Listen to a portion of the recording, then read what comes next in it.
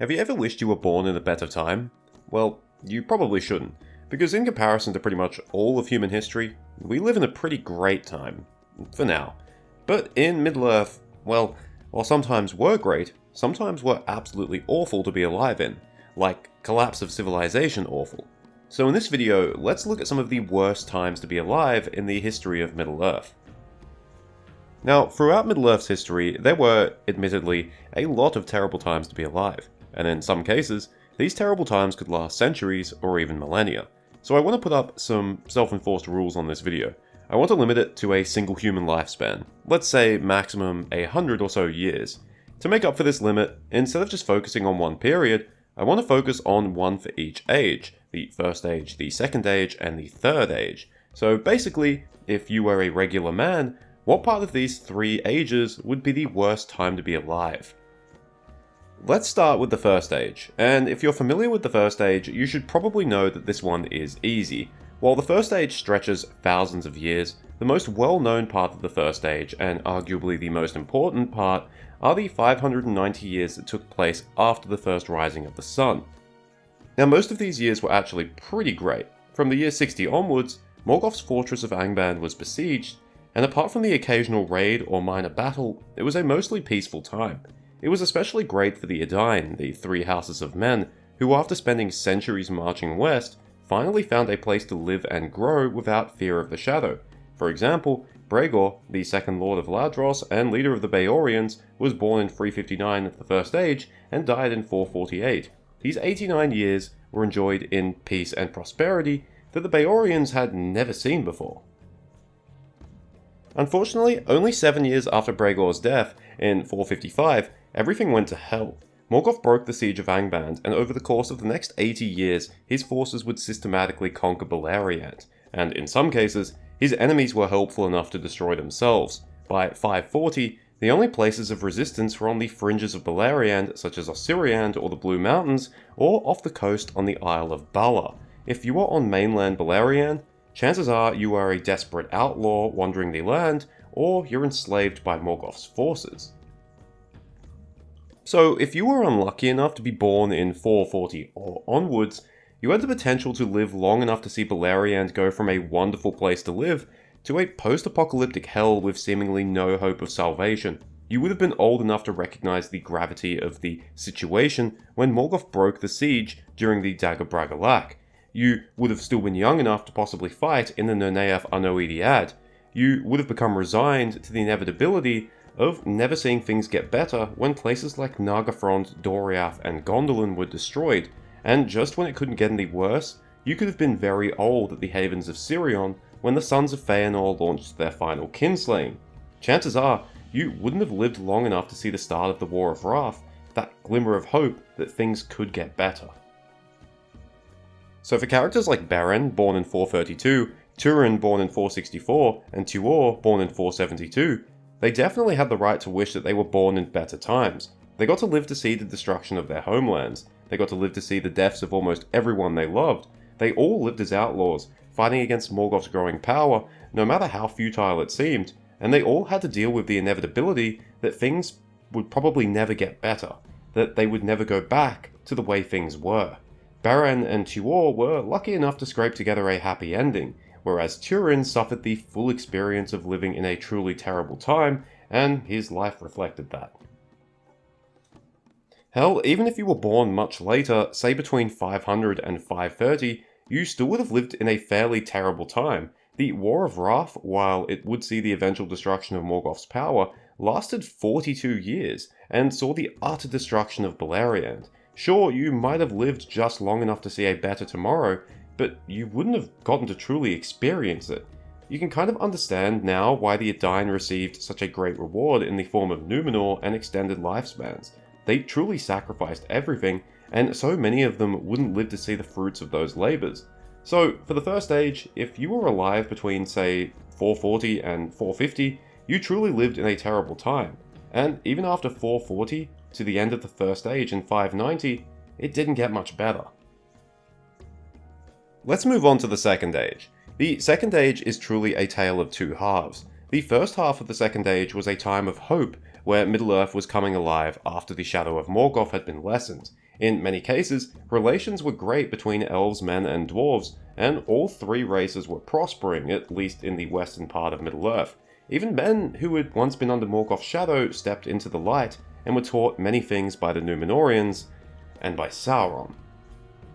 And it's because of those two things I just mentioned, why the second half of the Second Age was the complete opposite. In fact, it's even referred to as the Dark Years. In the second half of the Second Age, Sauron's mask had completely slipped. He was no longer the giver of gifts, he was the self-proclaimed king of men, and the vast east inland parts of Middle-earth were his domain. It was no better in the west. The Númenóreans fell under the shadow and became increasingly tyrannical, subjugating the coasts and exploiting the men of Middle-earth for their wealth and resources. Caught between Sauron in the east and Númenor in the west, for the men of Middle-earth, this was over 1500 years of darkness. But when did the switch flip?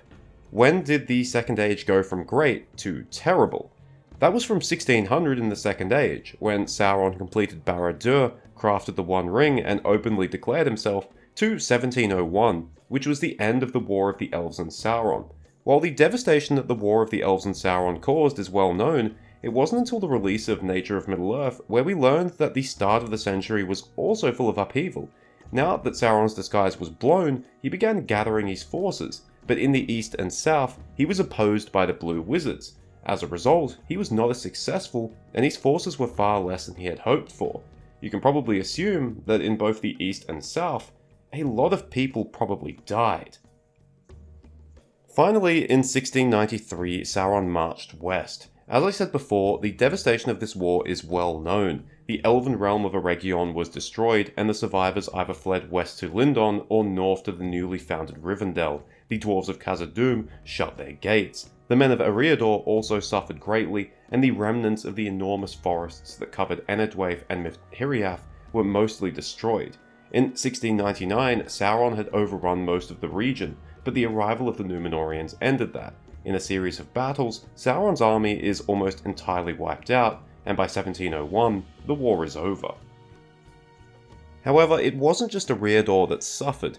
In the Peoples of Middle-earth, we're told that the Northmen of Rhovanion also suffered a genocide at the hands of Sauron in a lesser-known front in the war. From Calenadon to the Upper Vales of Anduin, the Northmen, who had grown numerous and prospered in alliance with the dwarves, were reduced to small enclaves either living in forests or in the mountains. It would take them thousands of years to fully recover when the Northman kingdom of Rhovanion arose under the protection of Gondor.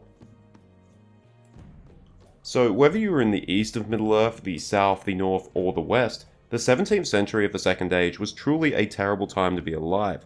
Either you allowed yourself to be subjugated by Sauron, or you opposed him and possibly faced destruction. Places like Rhovanion and Eriador were so devastated that they took thousands of years to recover.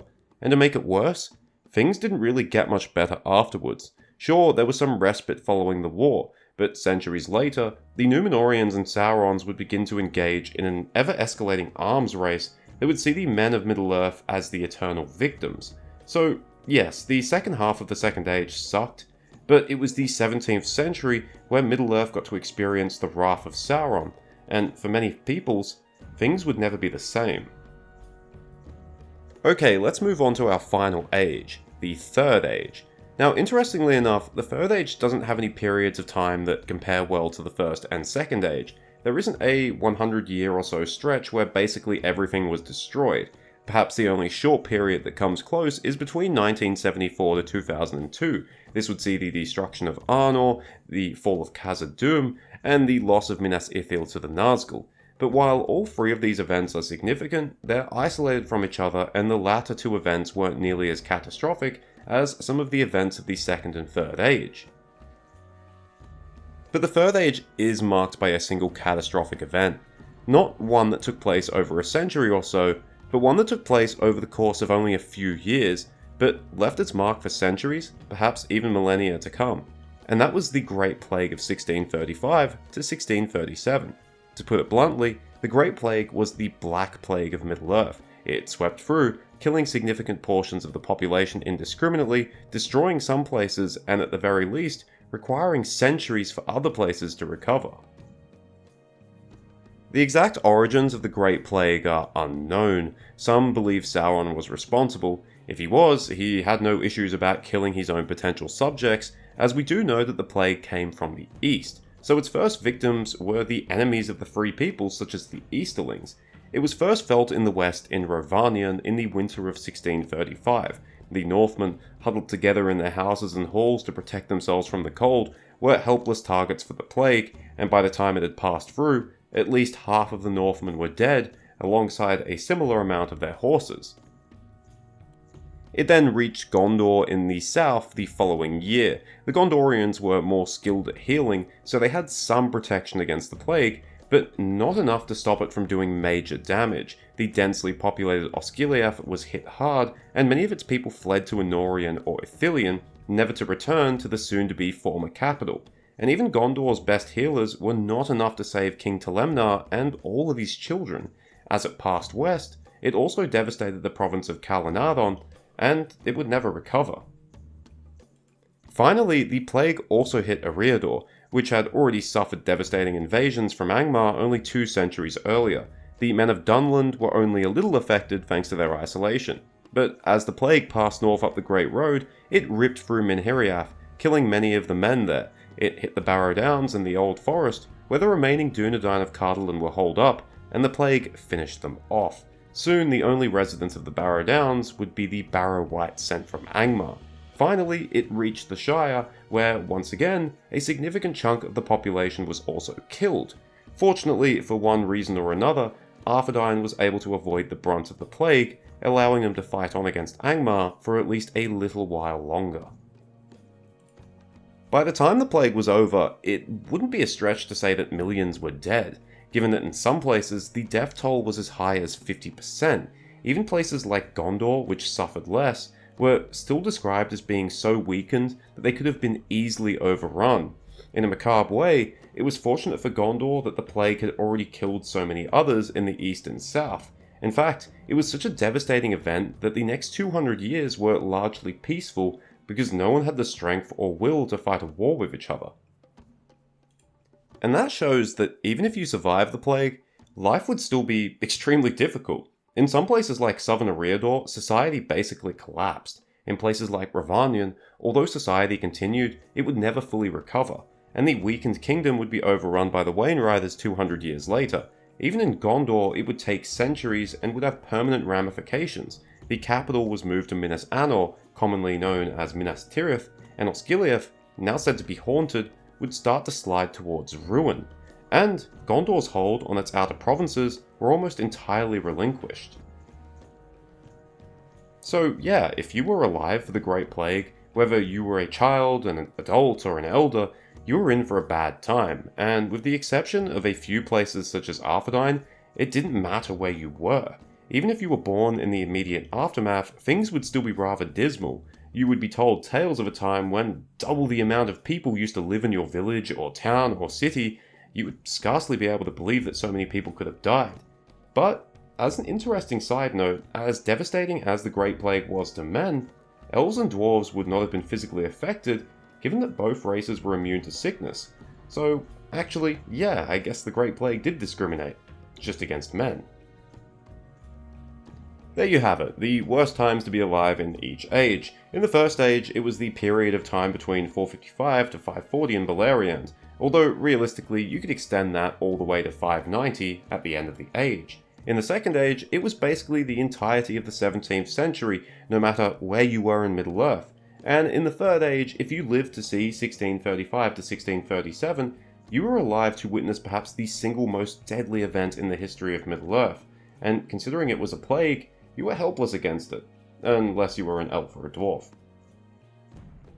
Thank you for watching, I hope you enjoyed it or at least found it interesting. If you had different answers in mind, please let me know in the comments. I've often seen people pose the idea of whether Middle-earth is a post-apocalyptic setting. As a whole, I would say no, but in the aftermath or even during these 3 events, I'd say you could make a decent argument. I might do a video on that one day. I say that like I haven't tried before, because I definitely have. Cheers, farewell, and remember, the single worst year in human history is 2012, not because the world ended, but rather because it didn't.